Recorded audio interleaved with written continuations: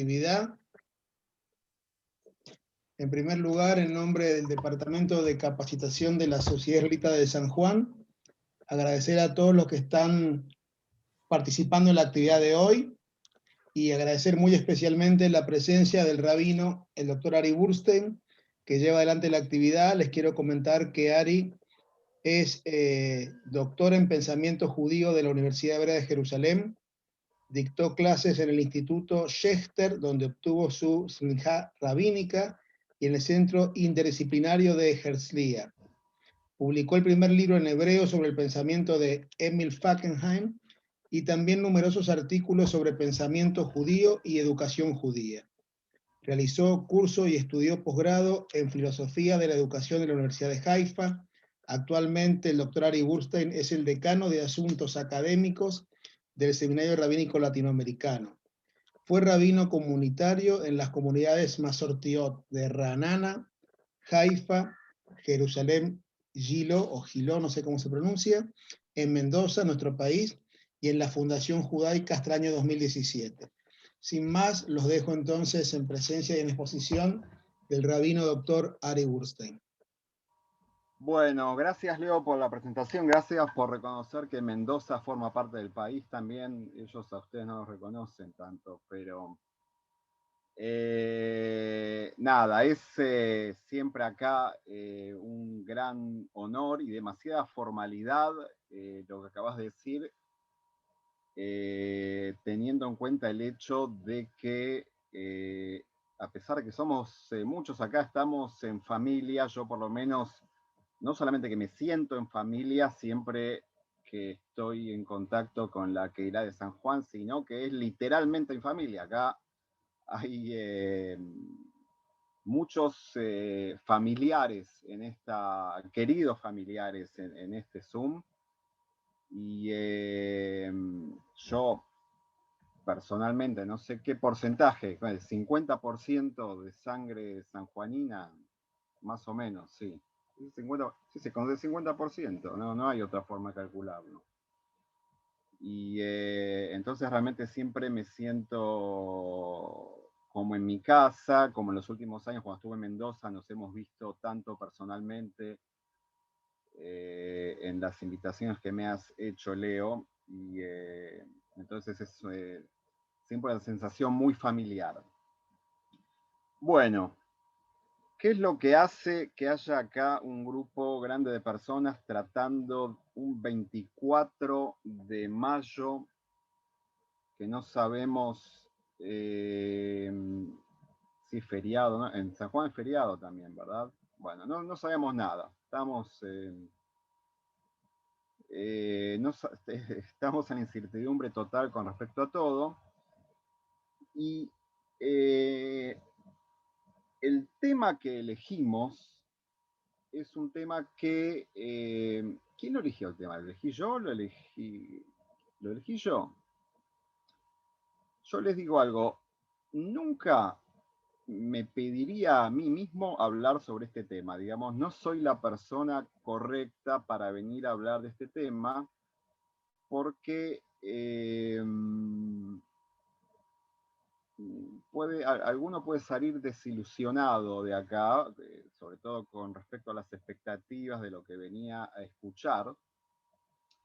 Es claramente uno de los temas centrales de la historia de la filosofía judía, que es lo que me apasiona en mi vida y lo que más estudié. Y yo lo que voy a hacer es lo siguiente, antes de que abramos la conversación, les voy a contar algo que creo que que son hechos, información. Después voy a decir una cosa que es discutible, y finalmente voy a dar mi opinión sobre algo que creo que es muy discutible, a pesar de que tengo razón, pero es muy discutible. Y es una teoría que yo realmente la vi de manera incipiente en algunos lugares, pero lamento hablar así, digamos, no dicha de manera tan vehemente ni extrema o extremista de la manera que yo voy a intentar presentarla hacia el final de nuestra charla. Y nuestra charla es sobre los milagros, ¿verdad? Y cómo ve la tradición judía a los milagros. Y yo recomiendo siempre que se empieza a hablar de cualquier cosa, pero ni qué hablar cuando es algo que tiene connotación filosófica, tenemos que definir exactamente de qué estamos hablando, porque si no puede ser que cada uno tenga una sensación o una idea de otra cosa, y cada uno está pensando en otra cosa. En la historia de la tradición judía creo que hay muchas definiciones, pero 3 son las principales, de los que son los milagros o lo que tiene que ver con los milagros. Y el milagro es siempre la relación entre 3 cosas, entre algo que por ahora vamos a llamar Dios, que no sabemos lo que es, algo que vamos a llamar leyes de la naturaleza, que podemos saber un poco más qué es lo que es, y algo que vamos a llamar el observador, que vendrían a ser los seres humanos. Hay una versión, que es la versión mayoritaria de la tradición judía y de los pensadores judíos, que dicen que como Dios crea a las leyes de la naturaleza, Él puede disponer en cada momento de la historia cómo van a seguir funcionando esas leyes. Es decir, puede llegar a ser que haya un momento en que esas leyes se rompan, que haya excepciones a lo que nosotros conocemos científicamente como leyes de la naturaleza. Y lo vemos en algunos ejemplos que hay en los textos judíos. En la Torá, por ejemplo, Dios viene y a través de una señal que le da a Moshe, se abren las aguas del Yam Suf, ¿sí? Del mar de los juncos, se abren las aguas y los hebreos pasan y después se cierran, ¿ok? Y eso en teoría es considerado como una ruptura de las leyes de la naturaleza. Una ruptura con un objetivo específico, que era salvar a los israelitas que estaban en peligro de vida, y luego la ley natural vuelve a su... Bueno. Por favor, ahí está. Luego la ley natural vuelve a su cauce. ¿Ok? Entonces, ese es un ejemplo, yo les digo, y esto vamos a hablar al final, es difícil encontrar demasiados ejemplos, sobre todo en los textos sagrados judíos, principalmente en la Torá. Es difícil. Por ejemplo, la forma de alimentarse de los israelitas en los 40 años de desierto, que caía el man del cielo, era algo milagroso. Milagroso no solamente porque caía, sino porque el viernes caía una porción doble y el sábado no caía nada. ¿Ok? Y ahí había una prueba de creencia, digamos, para los que estaban en el desierto. Eran 2 pruebas. ¿Ok? Primero era el día sexto recolectar las 2 porciones, y el día séptimo no salir a recolectar nada, cosa que no fue tan fácil. Digamos, la primera vez que sucedió sí salieron a recolectar, y no había nada. Y también había que guardar del día sexto para el día séptimo, que era algo que otro día no se podía hacer, sin haber freezer, ¿ok? eso se pudría en el día mismo, no se podía dejar para el otro, salvo el viernes que se podía dejar para el sábado. ¿Esto puede ser considerado un milagro que va más allá de las leyes naturales? Supongamos que sí. Supongamos que sí. Ok. Esta visión de los milagros, yo ahora estoy solamente describiendo, es en los textos judíos, yo no diría que es marginal, pero es casi marginal porque existen realmente muy pocos ejemplos de milagros, sobre todo en los textos judíos antiguos, en la Torá y en la Biblia, en el Tanaj, existen pocos ejemplos, sobre todo cuando lo comparamos, por ejemplo, con el Nuevo Testamento. El Nuevo Testamento está lleno de milagros. Está absolutamente lleno de milagros. Y los milagros tienen una función que es totalmente diferente a la que tienen en la Torá, por ejemplo. Es totalmente diferente. Y eso sí lo quiero dejar para el final, pero solamente decir que, por ahora, que en el Nuevo Testamento el milagro es la base de la creencia. El milagro cambia la cosmovisión de lo que antes llamamos la persona que es testigo de eso. Cambia la cosmovisión, uno es como que no puede decir nada. Digamos, después del milagro es como que hay evidencia de algo que yo no puedo discutir. ¿Ok? Eso pasa en el Nuevo Testamento, claramente, digamos, la gran prueba del mesianismo de Jesús, o de Jesús es un semidios, o es el hijo de Dios, o es también Dios y también ser humano, eso viene después en la tradición cristiana, todos esos desarrollos, pero la base principal es que Él es hacedor de milagros. ¿Sí?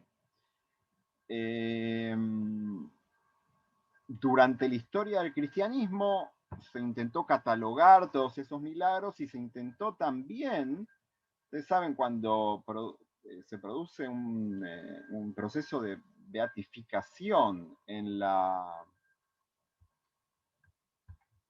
iglesia, Leo, sos vos el que... Leo, creo que te equivocaste de co-host. O pusiste... Estás muteado.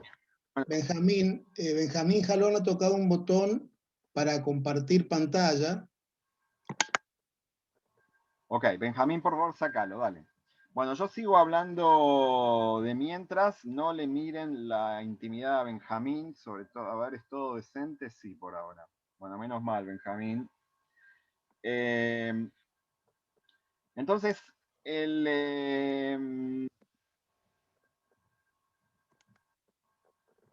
ahí estamos de nuevo. Entonces, van a haber muchos milagros en la próxima hora. Digamos, si ustedes ven la historia del cristianismo, es la historia por ejemplo, concilios, es decir, reuniones de gente muy importante, de cardenales, etcétera, viendo si lo que hizo alguien hace 100, 300 o 500 años realmente fue un milagro, y eso lo hace formar parte de un canon, ¿sí? Lo convierte en santo, lo convierte, no sé, no soy realmente especialista en esto, pero está claro que la visión cristiana del milagro es acá fundamental, cosa que no pasa en el judaísmo. No pasa en el judaísmo. Yo empecé con esta primera versión de la relación entre las leyes de la naturaleza, Dios y el observador. Va una segunda versión. La segunda versión dice que Dios es en realidad pura inteligencia. nosotros lo vemos eso más que nada porque una de las cosas increíbles que existen en la vida es que nosotros podemos entender, supuestamente podemos entender qué es lo que pasa con la realidad externa. ¿Sí? Cada vez que no solamente el hecho de entender que 2 más 2 es 4, sino, no sé, la teoría de la relatividad de Einstein es una forma teórica en realidad, pero experimental también, de entender una realidad de todo el cosmos. Entonces, ¿cómo puede ser que la mente o el cerebro, o llámenlo como quieran, de Einstein pudo captar algo que pasa en todo el cosmos, que lo pudo entender? Esa captación, van a decir muchos pensadores judíos en la historia, esa captación es parte de la creación divina, digamos, es parte del hecho de que el hombre fue creado con posibilidades intelectuales de entender qué es lo que sucede en este mundo, y eso también hace que el Dios mismo se pueda entender como un ser inteligente, porque es un ser que produce cosas inteligentes, ¿sí? Produce cosas inteligentes. Entonces, cuando yo digo, o para esta posición, decir que existe algún momento en el cual las leyes de la naturaleza se interrumpen, es algo absolutamente ilógico, irracional y que no tiene ningún sentido. Es decir, si yo interrumpiese durante un segundo la ley de no sé, las dos relatividades de Einstein, el universo se destruye, digamos, no hay manera de que no se destruya el universo. Si hay un segundo en que la ley de la gravedad deja de funcionar, se destruye el universo, ¿verdad? Y así con todas las leyes de la naturaleza, digamos, todas las leyes de la naturaleza son indispensables para que el universo siga existiendo de manera permanente. Por lo tanto, la teoría de los milagros dentro de esta segunda posición es compleja. Es compleja, porque el milagro, primero, no es una salida de la ley natural, ¿sí? En todo caso, o en el mayor de los casos, puedo llegar a decir que el milagro es el hecho de que, por ejemplo, la ley de la relatividad siga existiendo de manera permanente y que nunca haya una excepción a eso. Ahora, ¿por qué a eso lo llamo milagro? Nada. Digamos, es una palabra que en este caso está de más. Es decir, milagro es igual a ley de la naturaleza y es solamente para que los que sostienen esta posición, que principalmente fue el principal, más importante filósofo judío de toda la historia, que fue, ¿quién? Aparte de Alberto Marcelo Tehuel, ¿quién fue el mayor filósofo judío de la historia? Maimónides, ¿sí? El Rambam.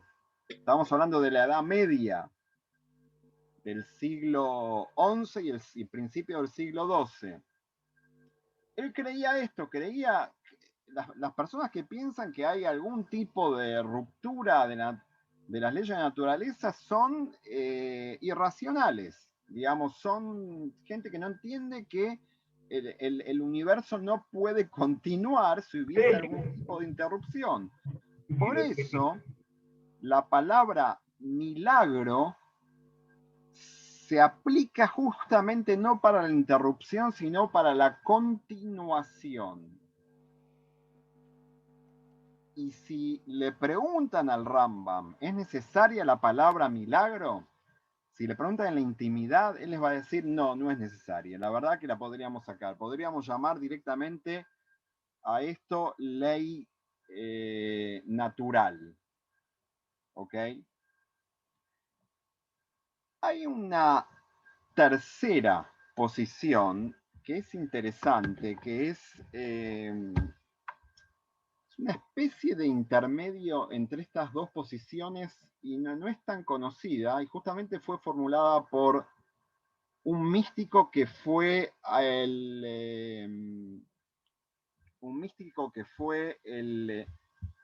les pido una cosa, si ustedes empiezan con los chats acá, no, yo le presto atención solo a los chats, solo a los problemas de parentesco que hay entre los que se están hablando aquí. Ok, gracias. El gran opositor a Maimónides en la Edad Media llegó recién en el siglo XIII, que fue en hebreo casi el mismo nombre, se llama Ramban, Nachmanides en latín, y lo que decía el Ramban acerca de los milagros es que lo que habría que ver acá no es si la ley natural es una ley que se puede discontinuar o es una ley continua, sino que lo que habría que ver es más que nada es el punto de vista del observador. ¿Ok? Y para el observador, ¿sí? El observador quiere decir que acá ponemos a la subjetividad de cada persona como un mundo en sí mismo. Y para el observador, en realidad, los milagros son siempre ocultos y existen permanentemente. Es decir, al igual que las leyes de la naturaleza, los milagros existen permanentemente, pero esa permanencia no es visible para todo el mundo. Por ejemplo, no sé, como es la ley de la relatividad, no es visible para todo el mundo, sino que es visible solamente para cada uno de nosotros por separado. ¿Qué quiere decir esto? Supongamos, yo voy por la calle y se cae un piano del piso 18 y me cae a 1 metro. Me cae a 1 metro. El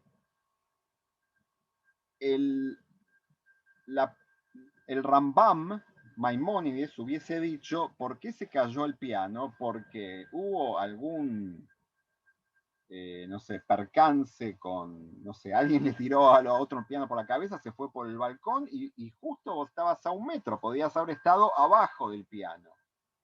¿Por qué se dio así? Pues, digamos, porque saliste de tu casa a determinada hora y llegaste justo a estar a 1 metro. Hubiese salido 1 segundo antes, y acá no es de casualidad, porque no hay casualidad.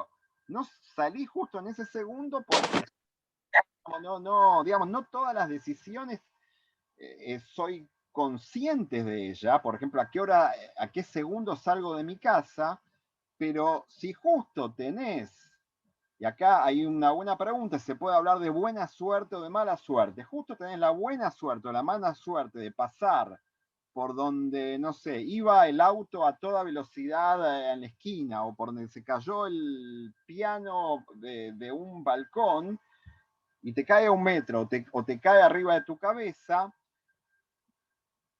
Si se cumple la ley de la naturaleza, te cae arriba de la cabeza, es tu final. Si te cae a 1 metro, nada, pasó lo que tenía que pasar desde el punto de vista natural. El Ramban Nachmanides va a decir, si vos analizás esto desde el punto de vista de acción tras acción tras acción, suponete que lo dividís en, no sé, en segundos. Suponete que lo dividís en segundos. Se puede tomar como un milagro oculto el hecho de que hayas salido de tu casa 10 segundos antes y justo el piano no te cayó en la cabeza. ¿Sí? ¿Por qué? Porque el milagro es solamente para tu subjetividad. Es un milagro oculto para tu subjetividad. Por ejemplo, no estamos teniendo en cuenta lo que hizo la persona que subió o que tiró el piano desde el balcón, ¿ok? Porque él tuvo otro problema con otra subjetividad que no tenía nada que ver con la mía. Justo no se juntaron esas dos subjetividades. Pero desde el punto de vista mío fue un milagro que no me haya caído en la cabeza. El Rambam va a decir que eso es una teoría absurda, digamos. ¿Qué quiere decir? Que la ley de la naturaleza funcionó solo para una persona y no funcionó para los dos, por lo menos para los dos, para el que tiró el piano y para el que estaba pasando por ahí. Es más, tendría que haber funcionado para todo el mundo. Si una persona me hubiese encontrado en la calle, me hubiese parado 5 segundos, yo iba a caer, el piano caía a 10 metros mío. Es más, puede ser que hubo una persona que me paró y fue la que hizo que el piano no me caiga en la cabeza a mí. ¿Ok? Es el viejo cada vez, Hasbe Shalom, cada vez que se cae un avión, ¿sí? Están los que hablan y dicen gracias a Dios que yo tenía ese avión y lo perdí, o tenía ese avión y no sé qué, justo no llegué por algún motivo. Entonces, ¿qué es eso? Un milagro. El Ramban va a decir, sí, es realmente un milagro, digamos, tu destino estaba en el avión que se iba a caer. El Rambam va a decir, si vos analizás todas las leyes naturales de esa manera, es todo absurdo. Es todo absurdo, es algo que llamalo casualidad, llamalo lo que quieras. Ahora, yo diría lo siguiente, acá de manera muy esquemática resumí 3 visiones judías con respecto al milagro. Uno que tiene que ver, todas esas preguntas, por ejemplo, destino, misterio, que es muy interesante, déjenla para un ratito, porque ahora no tengo manera de contestar ni de concentrarme en eso. Estas 3 visiones, la visión del milagro como la excepción de la ley natural. 2, la visión del milagro como la perpetuación de la ley natural. Y 3, la visión del milagro como una cuestión subjetiva que me pasó a mí, ¿ok? Yo diría así, ninguna de esas 3 posiciones llegó a ser central en la tradición judía. Ni qué hablar, reitero, cuando la comparamos con la centralidad que, por ejemplo, tuvo esto en el cristianismo. Ni qué hablar. Y ahora voy a empezar a dar algunos ejemplos de cómo me parece a mí que hay que analizar los textos de la Torá donde ocurren milagros. Lo que tenemos que ver, creo, es los contextos en los cuales en los textos sagrados judíos ocurren los milagros. Y si uno analiza bien el contexto, generalmente, antes y principalmente después de los milagros, ocurre una situación subjetiva, acá sí, una situación subjetiva muy especial. Y la situación subjetiva es que, increíblemente, la Torá se dedica a enfatizar que el sujeto que fue testigo de algún milagro, el milagro no le movió un pelo. En nada, absolutamente en nada. Primero, ¿ok? Pero este es el principal tema. Primero, no le movió un pelo absolutamente nada con respecto a sus creencias. Las personas que son testigos de milagros siguen creyendo después del milagro exactamente lo mismo. Exactamente lo mismo. Voy a dar algunos ejemplos.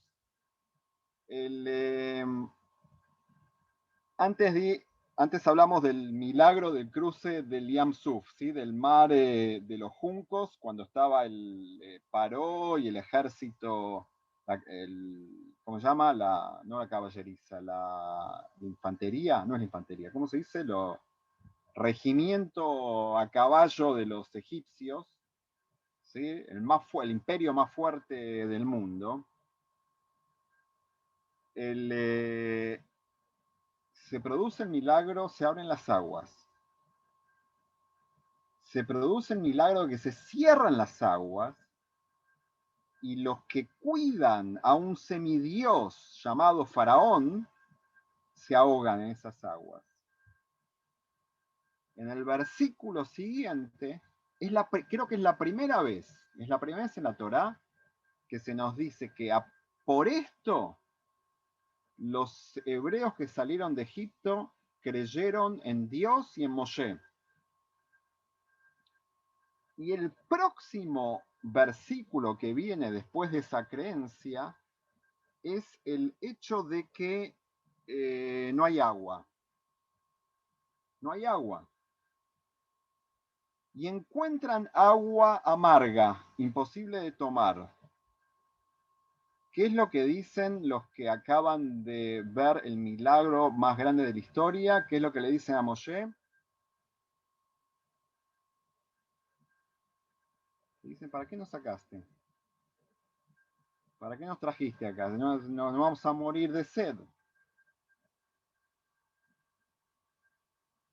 Un grupo grande, en teoría, de seres humanos que acaban de ser testigos del milagro más grande de la historia.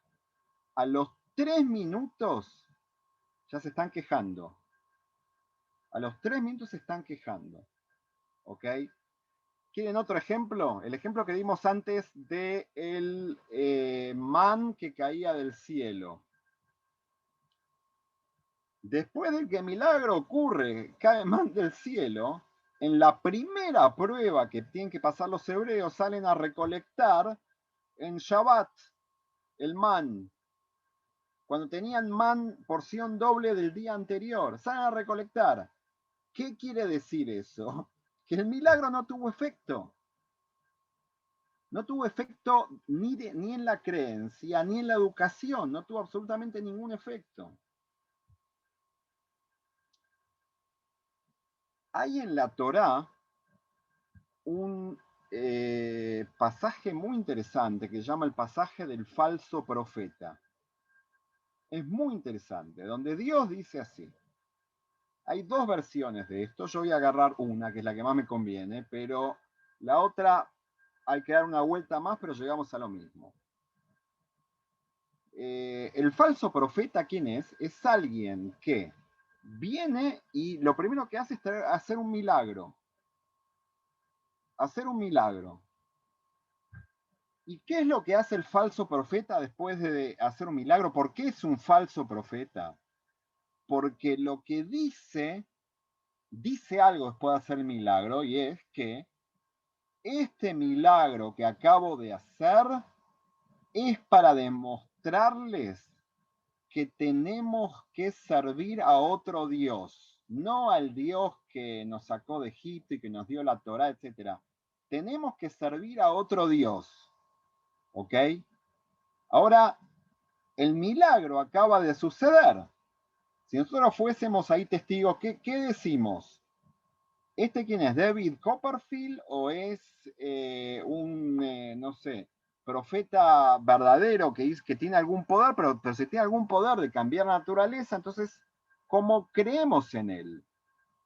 Increíblemente, la Torá misma, cuando, digamos, Dios le habla a Moshe y le dice, ¿sabés para qué ocurrió este episodio? Este episodio ocurrió porque yo los estoy probando a ustedes a ver si van a seguir cumpliendo con mi Torá. Entonces, ¿para qué era el milagro? El milagro era para despistar. Digamos, el milagro era justamente para ver, para que la gente no crea en él, sino que siga creyendo en las convicciones anteriores al milagro. ¿Se entendió? Acá hay una paradoja en la cual Dios mismo trae a un milagro como una falsa prueba a ver si la gente se va a regir por él. Y si se rige por él, están fallando la prueba. Porque se tienen que seguir rigiendo por la Torá y no por el milagro. ¿Se entendió? Eso es lo que se llama la parashá, digamos, el texto del falso profeta. El falso profeta está definido solamente, digamos, el profeta si es verdadero, si es falso, está definido solamente por si viene a reforzar el camino de la tradición judía o viene a decir, no, vayamos a la religión del Baal o de no sé qué, cualquier religión que existía en esa época, en la época de la Torá, y si todos le creían, dice Dios, ustedes no pasaron mi prueba. Ahora veamos solamente otra vez cómo queda parado el milagro ahí. El milagro que hizo el profeta, ¿sí?, es para demostrar solamente que no sirve para nada. Que no sirve para nada. Es decir, que lo que sirve solamente es el mensaje que viene acompañado de eso, pero por sí mismo eso no demuestra nada. Yo le quiero decir algo. No hay un solo caso, y acá quiero ver todos los sabios que hay dentro de los 43 participantes que están. No hay un solo caso en la Biblia judía en la cual una persona es convencida de algo por algún milagro. No hay uno. Pero yo no le digo que hay, no sé, bueno, hay 5 casos que sí. No hay una sola vez. Ahora otra vez, comparemos con lo que dijimos antes con respecto al cristianismo. El Nuevo Testamento es un texto que basa la fe, la creencia y el accionar de una persona en base a los milagros. La Torá y el Tanaj, la Biblia judía, no hay un solo ejemplo en el cual el milagro haga cambiar la convicción de alguien. No existe. Y yo les digo, esto aparte era la que yo les decía que era a lo mejor un poco discutible, pero el que quiera, venga, me da un ejemplo y lo discutimos. De los milagros más conocidos, pero ni qué hablar, que nosotros siempre vemos que después del milagro hay protesta, digamos, después de la entrega de la Torá en el monte Sinaí, ¿qué es lo que hay? El becerro de oro. No es que hay un cambio de convicción, siguen pensando igual que antes. Acaban de ver la revelación divina y siguen pensando exactamente igual que antes.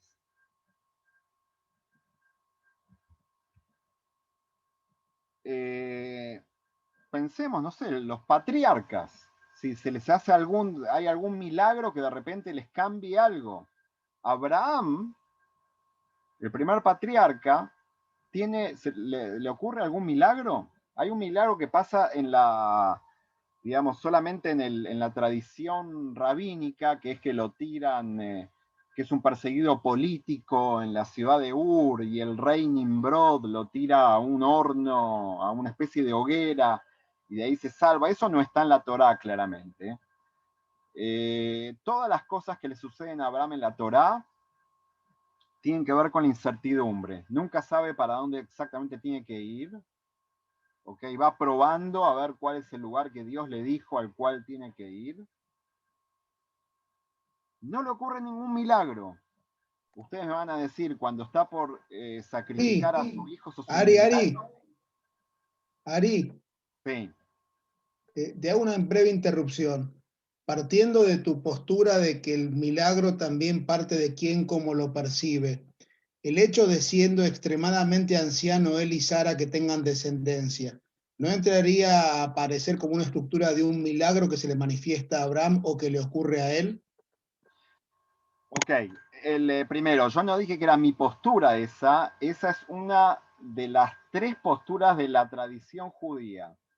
Yo digo lo siguiente, si Abraham y Sara tenían 100 años y 90 años y Sara era estéril, yo pregunto lo siguiente, ahora lo pregunto, estamos todos en familia, ¿verdad? Para que ocurra eso, ¿tuvieron que entrar los dos juntos a la carpa o no?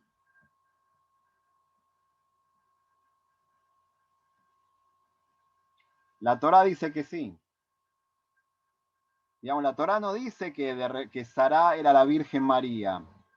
No dice eso, a pesar de que Dios le mandó a 3 personas o 3 ángeles a avisarles que dentro de un año Sará iba a tener un hijo.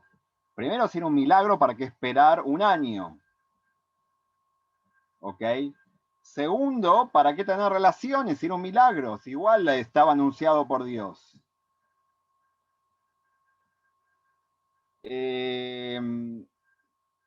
Creo que esa es parte de la, digamos, de la contestación. Es verdad que acá hay como una imposibilidad física que Sara en realidad la tuvo toda la vida. Acá era obviamente mucho más porque era una anciana, pero primero que Abraham tiene hijos después de que Sara muere. Pero lo interesante es que tienen que tener relaciones, si no, no hay milagro, si no, no hay nacimiento. En el caso de la Keidá, como pregunta Delfina, yo no sé acá cuál es el milagro, digamos, hay un... tendríamos que estudiarlo de manera muy detenida, pero yo lo voy a resumir rápidamente. La Keidá es el sacrificio, el supuesto, la atadura de Isaac o el sacrificio, en el cual, ahora voy a hablar como el Rambam, Abraham entiende un mensaje divino, que es que tiene que sacrificar a su hijo, no importa en este momento por qué, y un segundo antes entiende un mensaje divino que no lo debe hacer. Y hay un cabrito que está ahí enredado en unos arbustos que viene a reemplazar a Isaac. ¿Cuál es el milagro de todo eso? No sé. Digamos, es verdad que acá hay una prueba muy grande que deberíamos discutir de qué es. Hay una prueba acerca de si Abraham le es leal a Dios hasta el final, con mucha problemática moral en este caso, pero pero no es nuestro tema ese ahora. ¿Cuál es el milagro ahí? No se entiende. Y lo que yo quiero decir, antes de empezar las preguntas, es algo todavía más extremo que se puede concluir después de estos ejemplos. Si piensan en más ejemplos, van a ver que no hay un solo caso en la Torá en la cual el milagro produzca algo. Y lo que yo quiero decir es que es muy posible que cuando la Torá nos relata algo que parece un milagro o que está relatado en forma de milagro, es justamente para que el lector se dé cuenta de que eso no funciona o que no funciona de esa manera o que la vida de esa manera tampoco funciona. ¿Por qué? Porque ¿cuál es la visión judía, a mi gusto, que tiene la Torá acerca de la vida? Que la vida es un enfrentamiento permanente con la realidad, y la realidad son, no es solamente las leyes naturales, es la ley de todo, es la ley de lo que pasa a mi alrededor, en mi sociedad, en mi familia, con todo. Si vos no te enfrentás a eso y no tratás de solucionarlo con las herramientas que tenés, podés estar esperando un milagro toda tu vida, difícilmente ocurra. Es decir, el mensaje de la Torá es absolutamente, ¿cómo decirlo? Irónico. Es irónico, es decir, trae los milagros para ver cómo nos funcionan, para decirnos, no espere ningún milagro, porque el mensaje principal que tiene la Torá para decirte es que cada uno de nosotros tiene la responsabilidad de enfrentar cara a cara a lo que le toca y tratar de superarlo. ¿Ok? Y la superación no es a través de algo antinatural o supranatural o como se diga.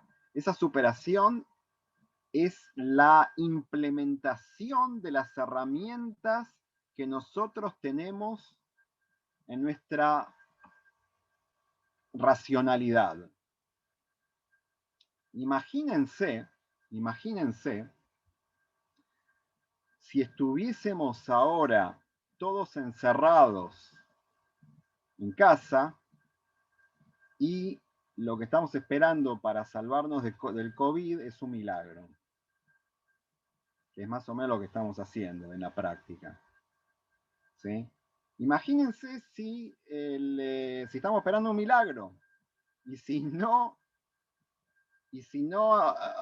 y al esperar el milagro lo que no hacemos es, no sé, conseguir la vacuna que fue desarrollada por la racionalidad humana para tratar de solucionar este problema.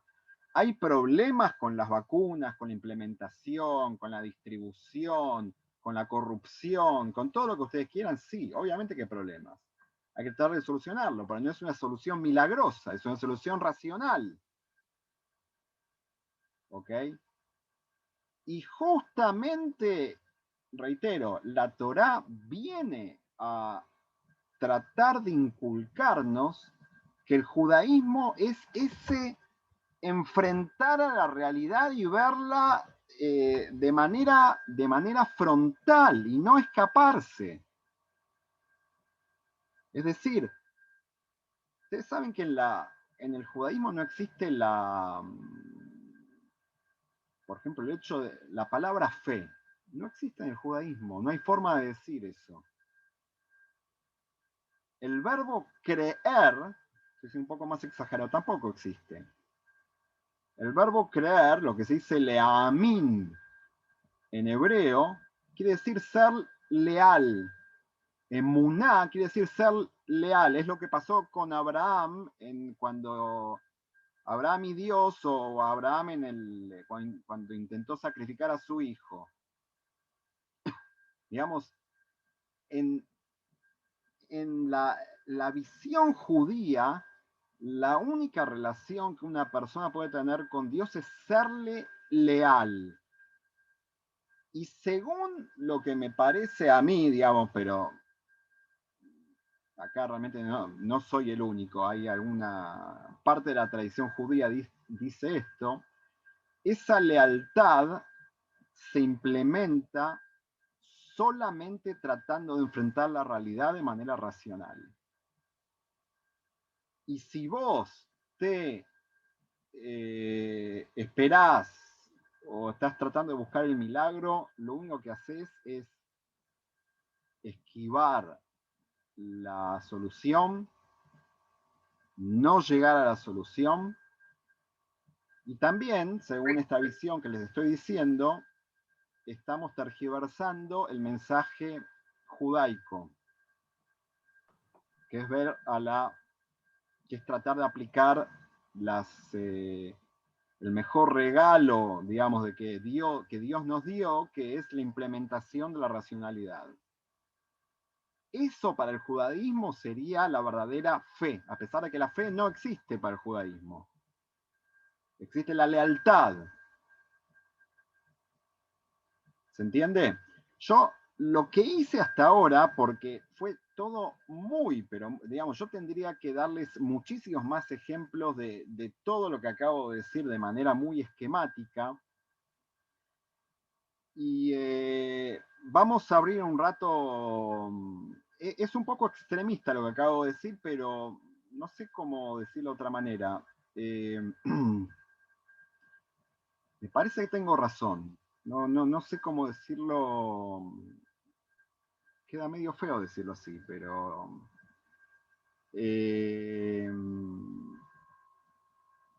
ok, vamos, acá hay un montón de preguntas sobre destino, sobre quién es pariente de quién. Yo no voy a abrir el chat ahora.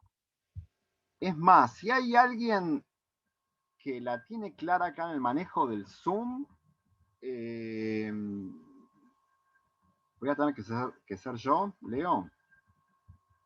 Bueno, ok. ¿Cómo se levanta la mano acá?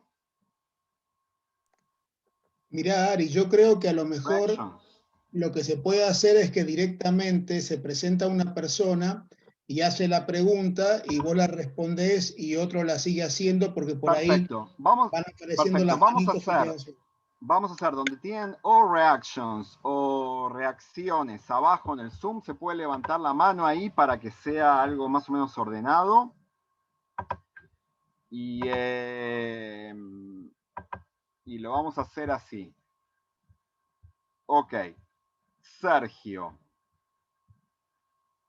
El que levanta la mano tiene que desmutearse, ¿sí? Sergio, dale, sí. Sí, hola, ¿qué tal? Buenas tardes a todos.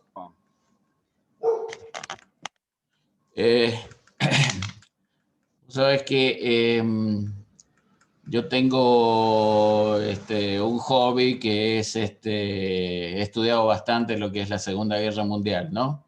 ¿Se pueden aplicar los milagros a casos de la Segunda Guerra Mundial? Porque he visto muchos videos que están en YouTube de gente seria y me imagino que hay otros chantas, porque hay no menos de 6 o 7 errores tácticos. Obviamente que lo ven desde el punto de vista de la fe, quien ha hecho el documental, ¿no es cierto? 7, 8 errores tácticos del ejército alemán que lo lleva a la derrota. Pongo como ejemplo uno, qué sé yo debo tener unas 2000 horas de documentales de la Segunda Guerra Mundial, una cosa así, ¿no? Pero hay una maniobra que es inexplicable desde el punto de vista táctico, que es estando a 50 kilómetros de Moscú, el ejército alemán dobla hacia la derecha, mirando el mapa, y se desvía a Stalingrado, que es donde, bueno, comienza taxativamente la derrota del mismo. 2 años. Escucha, Sergio, Sí, se entendió la pregunta. Sí, ¿la entendiste? Se entendió claramente. Lo que les pido, porque hay mucha gente, vamos a intentar ser breves, ¿sí? Pero acá se entendió claramente. Bueno, sí, no es un ejemplo de la tradición judía, pero se puede aplicar claramente a todo lo que estamos diciendo. Es decir, de repente acá hay una subjetividad, supongamos que se llama Sergio, o hay un montón de personas que dicen que la operación Barbarossa claramente fue el error de Hitler que hizo que empiece la derrota nazi a través de eso. Ahora, ¿por qué es incorrecto aplicar la palabra milagro ahí? Es incorrecto, pero totalmente, porque esa misma ideología totalmente extremista, sin tener en cuenta muchas veces la conveniencia, obviamente ni personal, ni social, ni estatal alemana de Hitler, y que eso pasaba principalmente con los judíos, ¿ok? Que digamos, no era algo que convenía exterminarlos, pero era algo ideológico. Esa misma ideología fue lo que llevó, por ejemplo, al exterminio de 6 millones de judíos. Entonces, ¿cuál fue el milagro? Digamos, es exactamente digamos, si uno aplica un error por un motivo para un lado, aplica cuando, desde el punto de vista nazi, no hubo un error, sino que hubo, digamos, el exterminio de un tercio del pueblo judío. Por eso es tan... acá es un típico ejemplo donde la palabra milagro tiene que ser definida, porque no tiene ningún sentido aplicarla en ese contexto, ¿ok? Es lo mismo que yo diga, supongamos, voy a dar un ejemplo que no es el mismo, pero que es de la familia. ¿Cuántas veces vemos que después de un partido de algo, viene, supongamos, hay una, no sé, definición por penales de algo, que es de la única manera que sabe ganar Boca últimamente, definición por penales de algo. Viene el último que pateó un penal y que lo metió, y dice, sí, yo recé y gracias a Dios pateé el penal y metí el gol. Ahora le hacemos el reportaje al arquero. Y el arquero dice, yo también recé. Yo también recé para atajarlo y no lo atajé. Entonces, ¿qué pasó? Digamos, viene el primero, el que metió el gol, y dice, ¿sabes qué? Fue un milagro, porque le recé a Dios y Dios me concedió el milagro. ¿Y qué pasó del otro lado? Es decir, acá la teoría es tan particularista, tan subjetivista, que aplicar un concepto de milagro, que yo creo que ya de por sí no se entiende, pero aplicarlo a una acción particular, de un éxito particular de alguien, no tiene sentido, sobre todo cuando lo estamos, por ejemplo, convirtiendo a Dios, en este caso, en hincha de un solo equipo. O no sé, de una sola persona y no del otro. Es algo que es totalmente absurdo, es personalizar, es algo totalmente absurdo. Y esto pasa muchas veces con, digamos, la visión subjetivista, que fue la que yo nombré como la tercera versión de la tradición judía. Muchas veces se puede transformar no en algo filosófico, sino en algo psicológico. Y cuando es algo psicológico, termina siendo muy absurdo. Termina siendo muy absurdo. Es como que cada cosa que me pasa a mí es un milagro. Y a lo mejor yo no me di cuenta que, no sé, acabo de dar un paso y pisé, supongamos, no sé, a una hormiga, y la hormiga justo estaba rezando para poder vivir, y yo la pisé y no me di cuenta. Entonces, ¿cuál fue el milagro para la hormiga ahí? ¿Ok? Ese es el problema de, digamos, de sentirse el centro del mundo. La persona que cree que se le producen milagros a él todo el tiempo es como que si Dios se esté ocupando privadamente de él todo el tiempo. ¿Ok? Chicos, no me manden no me manden chats porque está difícil. A ver, otro que levante la mano. Lo que pasa acá también es que hay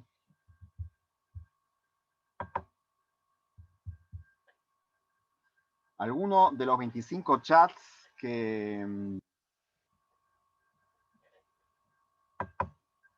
voy a leer el chat. Mirá, Ari, te hago una consulta yo, que no sé si tiene que ver con una cosa que se pusieron en el chat, pero es más o menos lo siguiente. ¿Está claro tu concepto que la fe del pueblo judío no se construye en su base por la presencialidad de una acumulación de milagros hacia el santo bendito, para decirlo así? Pero a mí me parece... Perdón, ¿te puedo interrumpir un segundo? Cuando quieras. Yo no dije eso, yo no digo No, eso. pero no importa, ya. déjame que te interrumpa la cuestión. Más allá de la cuestión de que hay una multiplicidad de interpretaciones y que hay muchas corrientes y muchas situaciones que hay, y que hay una diferenciación entre a lo mejor la construcción del vínculo de fe de la cosmogonía cristiana y la nuestra, a mí sí me parece que sobre todo por la aparición de las plagas y la salida de Egipto y muchos aspectos más, algunas personas pueden creer que hay un conjunto de milagros que permitieron la salida y un montón de aspectos que hacen a la situación que vive luego el pueblo de Israel. O sea, yo sí creo que muchas personas perciben que Dios sí se ha manifestado para con su pueblo, con el cual tuvo una alianza, por un conjunto de manifestaciones que por lo menos en su singularidad la perciben como milagrosas. Bueno, ok. Muy buen ejemplo para comprobar mi teoría. Primero, yo no dije que no sé, la fe judía o no sé qué no se basa en los milagros. Yo dije algo que va mucho más allá. Digo que la tradición judía pone a propósito a los milagros como una prueba en la cual no hay que creer. Digamos, yo digo, voy mucho más allá de que no se basa. Digamos, el milagro sería una prueba de Dios para ver si vos seguís siendo Leo que te manejás en tu vida con principios y con racionalidad y aplicando todo, no sé, todo lo que el mundo, la creación de Dios te puede dar, lo aplicás para el bien. Esa es la prueba. Y no que estás esperando que pase algo que no va a llegar nunca. Muy bien, el ejemplo de las plagas de Egipto es el ejemplo más claro de lo que estoy diciendo. Es el ejemplo más claro de lo que estoy diciendo. Es decir, tenemos a una persona llamado de nombre y apellido, en realidad era su título, Faraón, Paró, ¿ok? Y le traen 10, Moshe trae 10 plagas. ¿Por qué son 10? Porque la primera no lo convenció. La segunda, la tercera, la cuarta, la quinta, la sexta, y la séptima, y la octava, y la novena tampoco. ¿Y la 10ª lo convenció? No. No, fíjense el texto de la Torá, está claramente que no convenció a nadie, sino que era para los egipcios, ya era algo totalmente insoportable, y los echaron a patadas a los hebreos. Dijeron, váyanse de acá, porque tenemos a un líder que no cede nada ante los milagros. Primero, dicho sea de paso, los primeros milagros fueron imitados por los magos egipcios también. Y los hebreos terminaron siendo echados de Egipto, ¿ok? Porque la situación era insoportable, pero no es que los egipcios empezaron a creer en Dios o que el faraón empezó a creer en Dios, y mucho peor, ni los hebreos empezaron a creer en Dios. Ni los hebreos empezaron a creer en Dios por las plagas. Es decir, es el gran ejemplo de cómo la cuestión sobrenatural no funciona. ¿Hay alguien que quiera discutir eso? Fíjense, hay que leer el texto muy detenidamente. Creo que no hay otra manera de leerlo. Es decir,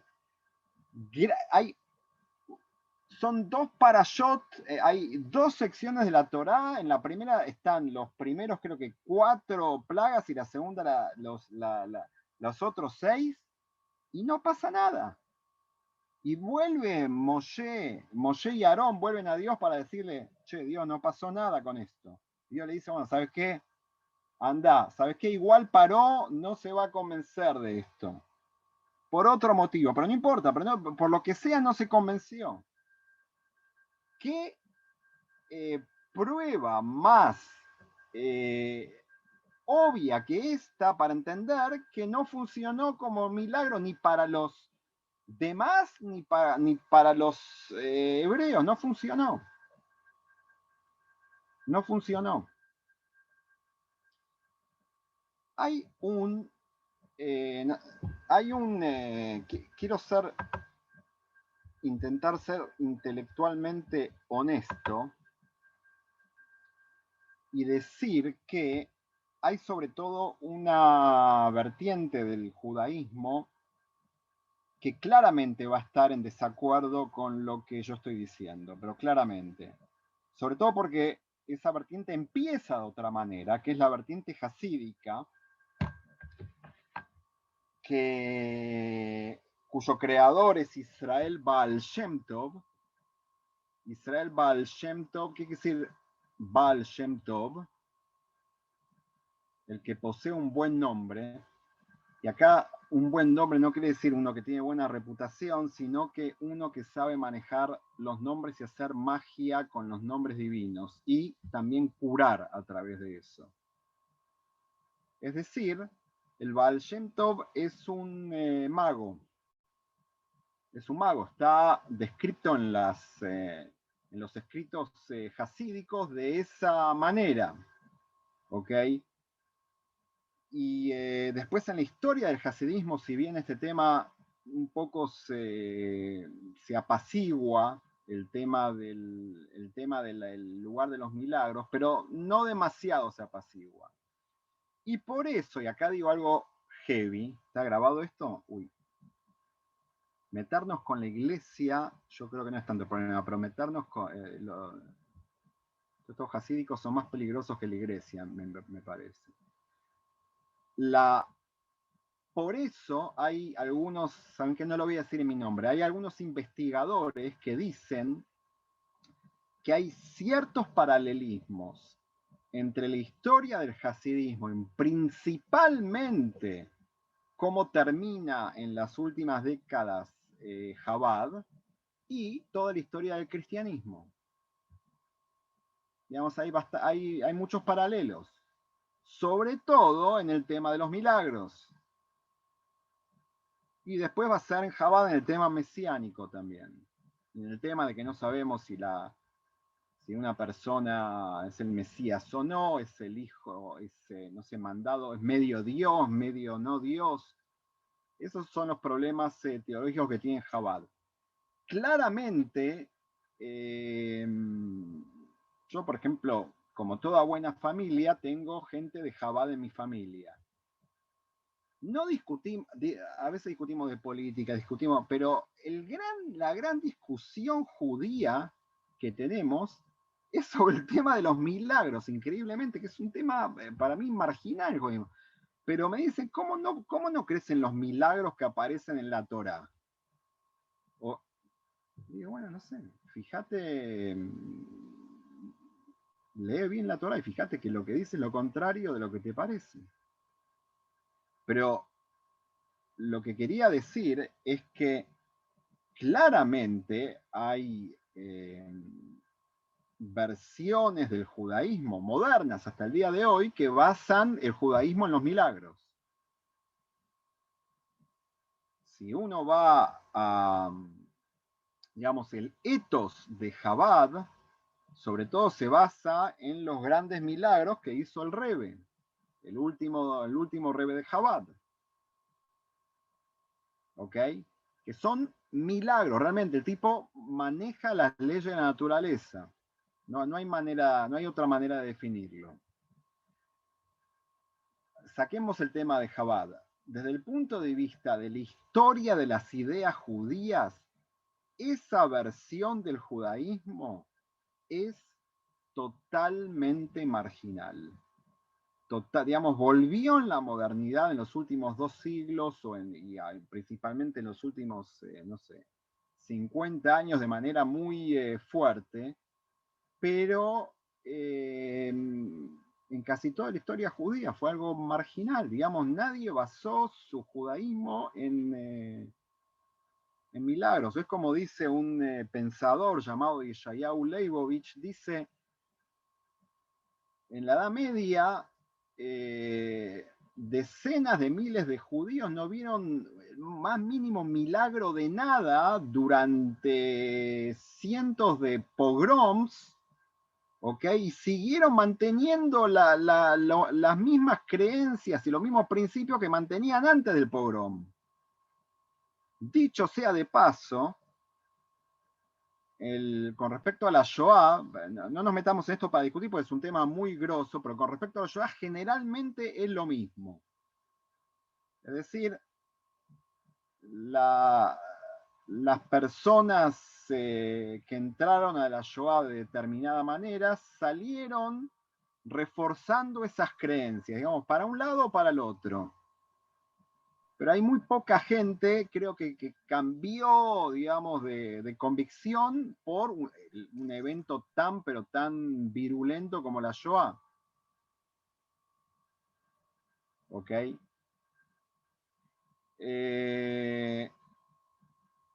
Susana Perelman, creo, la representante de los milagros, se fue. Ok, hay más preguntas. ¿Querés ver, Leo, si hay en el chat? Antes hablábamos de destino, hablábamos de... ¿Qué más? Destino es una muy buena palabra que es de la familia de los milagros, pero no es exacta.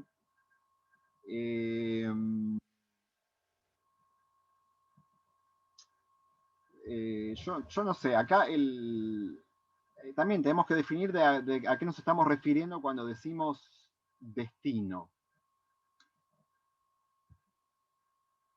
Saben, una recomendación, el que mejor trató esto desde el punto de vista literario es Borges, que era un tema que le encantaba jugar con esto, con el tema del destino. Y también Sábato. Sábato tiene creo que es un ensayo muy cortito acerca del destino. Y los dos llegan con una misma conclusión, que es una conclusión muy buena para aplicarla también o compararla con la versión que yo di acerca de lo que dice la Torá de cómo debería ser la vida. La conclusión de Borges y de Sábato es que una persona que cree en el destino, su único destino posible es sentarse en una silla, cruzarse de brazos y esperar a ver qué le va a decir el destino. En cambio, la Torá lo que dice es, el destino es lo que haces vos. Digamos, vos tenés la capacidad de elegir y poder decidir sobre tu vida. Si hubiese un destino, ya no tenés capacidad de elegir. No tenés, digamos, es verdad que las personas no tienen un control absoluto sobre obviamente, sobre su vida, incluso sobre ni que hablar sobre la situación en general. Pero lo que sí podés influir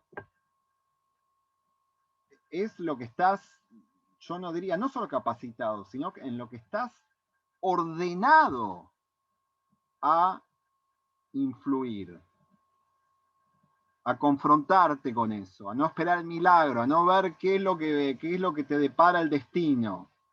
No existe eso. No existe eso en la visión judía. Digamos, la visión judía es mi forma de ver, tratar digamos, el destino acá, el concepto de destino también sería una prueba. Sería una prueba a ver si vos dejás de lado tu responsabilidad como ser humano. Y tu responsabilidad como ser humano es enfrentarte a las cosas. Es, no sé, conseguir las vacunas, por ejemplo. Primero hacer la vacuna. Y si no tenés una sociedad lo suficientemente desarrollada porque no pudiste por muchos motivos, por ejemplo, porque fuiste una sociedad corrupta durante décadas,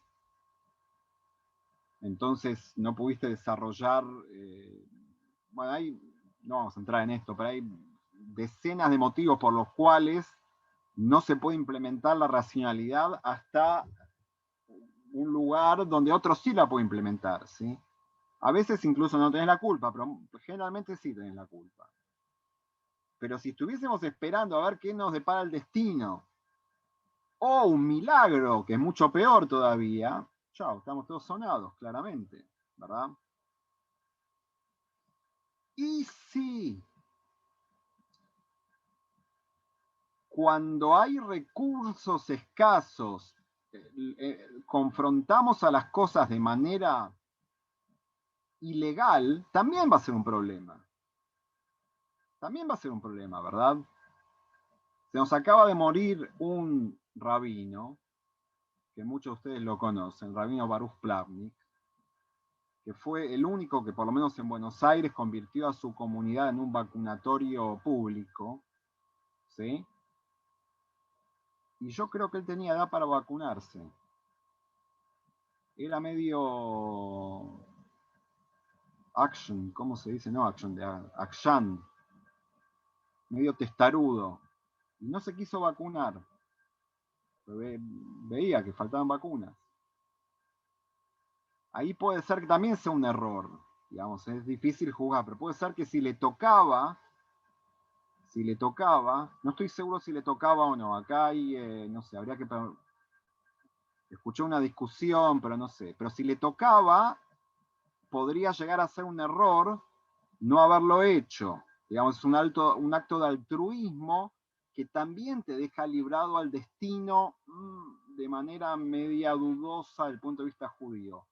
Si no le tocaba, claramente es un acto de justicia, digamos, desde su punto de vista. Puede llegar a ser un acto de injusticia de otro tipo el hecho de que se murió lamentablemente, pero es un acto de justicia desde el punto de vista de cómo se murió, con sus convicciones, o incluso por sus convicciones. ¿Ok? Otra vez estamos hablando del que convirtió a su sinagoga en un centro vacunatorio. Era una cuestión de pedirle, digamos, estaba ahí todo el día. Es más, hoy me contaron que le ofrecían todo el tiempo a los vacunadores. Y dijo que no. Muy bien, tenemos más preguntas.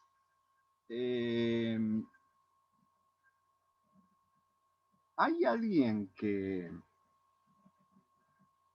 fue milagrosamente convencido de esta teoría tan extrema? Digamos, milagrosamente no hay forma. Lo que yo no hice fue, por ejemplo, lo que preguntó Leo antes, habría que leer todas las plagas de Egipto y ver cómo funciona ahí. Y está lleno la Torá, está lleno de trampas. Trampas en el sentido de que lo que la persona ve como un objetivo que el texto se propone, por ejemplo, en el caso de las plagas, darnos a conocer el gran milagro de las plagas, el que lee bien se da cuenta que es exactamente lo contrario. Y lo recordamos todos los años en el Seder de Pesaj. Pero lo que recordamos, es una buena pregunta que recordamos, si recordamos el milagro de las plagas o el hecho de que no tenemos que creer en ese milagro de las plagas, sino en la convicción de que ahora somos libres para poder implementar el hecho de que no creemos en milagros, sino que creemos en la confrontación con la realidad cruda, digamos.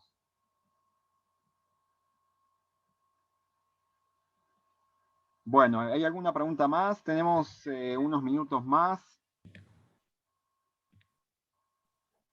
Bueno, yo quiero hacerte una pregunta, Ari. ¿Cómo estás? Bueno, a mí escuché poco de tu exposición porque tuve problemas con interferencias con internet. Pero bueno, me pareció muy interesante todo lo que tiene que ver con tu con la perspectiva y con esta forma distinta de entender determinadas cuestiones de la religión o del judaísmo. Me pareció muy interesante. La pregunta mía sería así, esto que vos decís tan fuertemente, hay que leer la Torá para ver que no es así, que es una determinada manera. Uno se podría preguntar si lo que uno está pensando, lo que uno está sintiendo no es parte de la realidad que uno ve, porque es una interpretación definitiva. ¿Por qué vos decís tan en forma tan fehaciente esto. Hay que leer para darse cuenta que es así como yo lo digo. ¿Me explico? Ok, Porque si sí. no uno podría, llegar a la conclusión que depende de cómo uno lee las cosas, cuál es la interpretación que uno le da porque le viene bien, entre comillas lo digo, para la forma de pensar de uno y para la forma de sentir de uno. Ok, acá viene, digamos, de manera indirecta lo que estás diciendo, Graciela, tiene que ver con el tema del subjetivismo, también con el tema de cómo yo interpreto, por ejemplo, cuando algo pasa y lo considero un milagro. Yo lo que estoy diciendo es que no es que la Torá dice lo que yo estoy diciendo, sino lo que estoy diciendo es que invito a todo el mundo que esté acá a que hagamos, no sé, un curso, o que vengan al seminario rabínico, que no sé qué, en qué lugar, en qué marco, y yo lo que estoy diciendo lo tengo que demostrar con argumentos. No estoy diciendo que tengo razón porque lo digo yo. Estoy diciendo que es demostrable según el texto, ¿ok? Y que si uno lee el texto cuidadosamente, el texto me parece que dice lo que estoy diciendo ahora. Nadie me lo reveló, no tuve nada, no, creo que no soy tampoco el primero que lo dice, no soy el primero que lo dice, tengo influencias también de otras personas que leen la Torá de esa manera, pero yo no me convencí de esas personas porque tienen autoridad, me convencí por los argumentos, ¿ok? Y los argumentos, cuando ellos los dijeron, yo los fui a revisar también. Así funciona la cosa, digamos, no funciona porque alguien, Dios le dio la autoridad para decir que él tiene razón. Por eso digo, cada uno de los ejemplos que yo nombré acá son nada, digamos, solamente los nombré, por ejemplo, el tema de las plagas lo analizamos un poco, el ejemplo del cruce del Mar Rojo, incluso la entrega de la Torá o el man que caía del cielo, creo que de manera muy mínima lo analizamos, pero lo que vale acá, otra vez, y tiene que ver mucho con la teoría del milagro, lo que vale acá es el convencimiento por el argumento y no por el convencimiento ni por la autoridad, ni por el hecho de que yo diga acá, ¿saben qué? En este momento, no sé, cada uno, fíjese si está levitando en este momento y cuando vean que están levitando a 3 metros, eso quiere decir que yo lo pude hacer desde el Zoom que estoy acá. La Torá dice que incluso eso no es un argumento para convencer. El argumento tiene que ser algo absolutamente que tenga que ver con lo que estoy hablando. ¿Ok? Y todo lo demás siempre es sospechado de ser un truco de estilo David Copperfield. Siempre es sospechado de eso. Está muy cerca, todo eso que decís vos está muy cerca de lo que tiene que ver con las ciencias, con todos los aspectos argumentativos para la cuestión científica.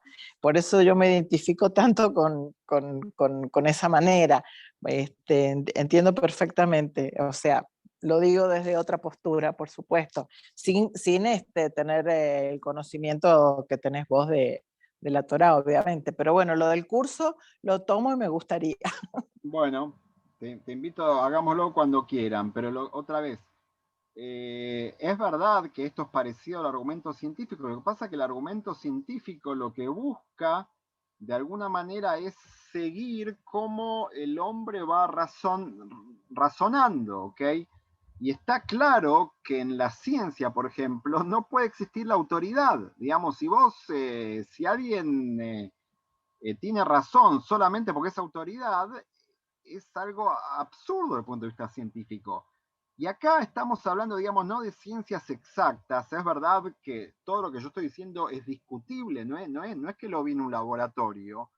Todo lo que estoy diciendo es discutible, pero yo estoy proponiendo, discutámoslo, digamos, yo traigo un argumento que lo veo en el texto. El que lo quiere discutir, lo tiene que discutir no porque se lo dijo alguien, sino porque tiene que analizar el mismo texto. Sí, acá hay una mano sola que ya me da miedo. Una mano sin persona. Antes de esa mano sola que no se identifica, y avisarte que vos estás como host, Delfina levantó la mano para hacerte una pregunta. Delphi, ¿estás ahí o dejaste tu mano y tu Hola, alma Ari. o tu cuerpo? Ah, ok. Ah, mira, Delphi, como este también es un milagro, alguien que se puede clonar. Sí, dale. Bueno, mi pregunta es, también referida un poco a lo que vos decías de sentarse a esperar la vacuna en relación a esta pandemia y cómo eso no sería, digamos, bueno, todo lo que decías. Al mismo tiempo sucedió que esta pandemia empezó y nadie tiene la menor idea de por qué. O sea, pasan todo el tiempo cosas que no sabemos por qué suceden. Bueno, deberás tener una explicación científica o fue a propósito, lo que sea, pero cada uno con su teoría, pero no se sabe, como pasan todo el tiempo cosas en el mundo que muchas veces no se sabe nunca por qué pasaron, y a veces no tienen explicación, y sin embargo dan lugar a un montón de relatos e interpretaciones como esto pasó porque, bueno, la gente estaba haciendo las cosas mal, esto pasó porque es el fin del capitalismo y toda la serie de cosas que circularon cuando empezó este tema. Ahora vos entiendo que desde la visión que vos estás dando no sería posible explicar una pandemia o un evento natural y sobrenatural, no sé cómo llamarlo, desde como por algo relacionado, armar un relato respecto de si pasó porque hicimos o no hicimos algo, de la misma manera que no se puede explicar un milagro de esa manera, no se puede explicar la contrapartida que sería esto. Entonces, Ok, se entendió. Primero quiero, Delfina Korn estudia en el seminario rabínico y es escritora. Presento para todos. Pregunta, hace 14 meses hasta el día de la fecha, ¿sabemos más de lo que está pasando? Obviamente que sí, ¿verdad? No necesitas desmutearte. sabemos más sobre lo que es este bichito, pero nadie sabe por qué empezó esta pandemia, no lo sabe nadie todavía. Pero, perdón. Sabemos muchísimo más de lo que está pasando hace 14 meses que ahora. ¿Por qué sabemos muchísimo más? Porque hay gente, digamos, gente seria que se dedicó a investigarlo. Pueden haber discusiones, puede haber lo que sea, pero nadie esperó que le caiga un papelito del cielo para ver, para que le dé la explicación. Digamos, se sabe, a pesar de que es todo novedoso, estamos mucho más adelantados que hace 14 meses. Incluso hay países, lamento recordarlo acá, que ya no están en esta discusión es vieja. ¿Ok? No sé, empecemos por Israel, que están todos en la playa sin barbijo. Es decir, nada, si aplicás en el momento que se aplicó la racionalidad, se empezó a saber más de algo que era desconocido. No hay ninguna manera de llamar a eso sobrenatural o milagro o no sé qué, digamos, solamente es un problema de desconocimiento humano. Y otra vez, si vamos a fondo con la teoría de Maimónides, si todo el conocimiento humano estuviese puesto para resolver esta clase de problemas y no, por ejemplo, para, no sé, aprovecharme de estos problemas de manera individual o de manera, no sé, partidaria, supongamos, obviamente que estaríamos mucho más adelantados que ahora todavía, en todo. Y estoy hablando de todo el mundo, especialmente de la Argentina, pero claramente acá hay, digamos, no hay forma esto no es sobrenatural, no es nada, digamos, si falta un eslabón en la explicación, en algún momento llegará, o habrá discusiones, pero claramente va a haber forma de explicarlo. Hay una levantada de mano de Galaxy. Eso ya da más miedo todavía. Me parece Los que ese teléfonos que Galaxy cobra, tiene la bastantes tecnología problemas para engancharse. No sé si Ok. quiere hacer alguien, por el avanzado de la hora, si alguien quiere hacer una última pregunta para Ari. No, yo simplemente decirle que Alejandro, le veo cara que pone conocida un poco. sí, un poquito, que pones la centralidad en el hombre y en su racionalidad.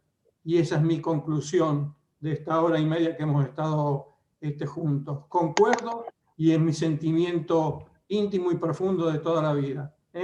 El hombre es el centro y su racionalidad es lo que lo motiva y su destino, entre comillas, será lo que sea capaz de hacer.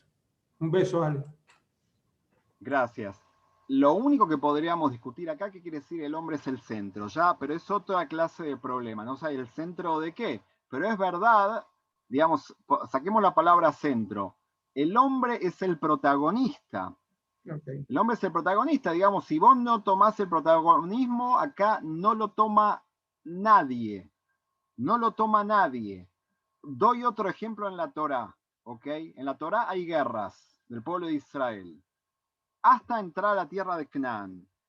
En la Torá se nos dice que Dios lucha con el pueblo. Ahora yo me pregunto, ¿por qué Dios no lucha solo? ¿Para qué necesita el pueblo? Si está Dios, ¿por qué no hace que, no sé, que desaparezcan los amalequitas solo? ¿Y para qué el pueblo necesita a Dios? Porque en la Torá está descrito una especie de desarrollo evolutivo, psicológico, en el cual el pueblo es como un nene que necesita de su papá todo el tiempo. Y cuando termina la Torá, Dios empieza a desaparecer, digamos, el pueblo se empieza a independizar de todo. Se empieza a empezar, primero, lucha solo. Segundo, se termina la comida que cae del cielo. Hay que empezar a trabajar la tierra o lo que sea para poder comer.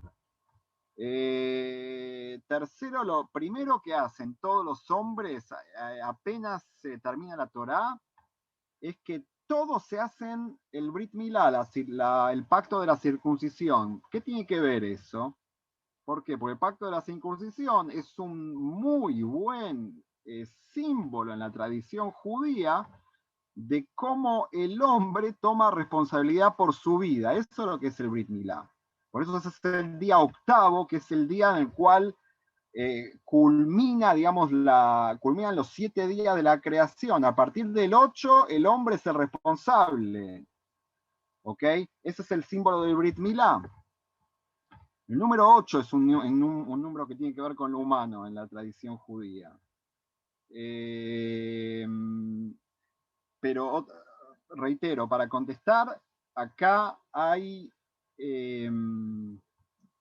otra vez, cuando Dios acompaña al pueblo como si fuese un niño, nunca hace igualmente que el niño sea pasivo. Así como Abraham tuvo que ir a la cama con su esposa para tener un hijo, a pesar de que Dios lo había prometido, las guerras tuvieron que, el pueblo de Israel tuvo que luchar las guerras, a pesar de que Dios luchaba con ellos, que no sabemos, habría que explicar qué quiere decir eso, y un montón de cosas así que si el humano no actúa, entonces no pasa nada.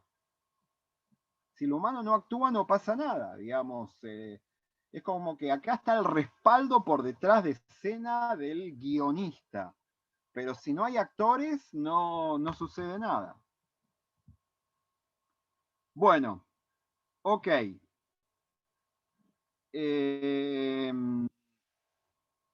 Fue un gusto. Espero. ¿Alguien que sigue creyendo en los milagros? Acá espero. Bueno, está bien. Después. Leo, a vos te quedo con cara medio milagroso. O de hacer milagros. Sí. Mi posición básicamente con los milagros ha sido siempre homogénea y coincido con gran parte de lo que está marcándose, o sea, no hace falta que pasen esas cosas movilizadoras para que el pueblo crea, o no hace falta que le pase lo que le pasó a Job para que el pueblo deje de creer. Es una cuestión básicamente de esencia que no requiere una prueba de milagros por parte del Creador.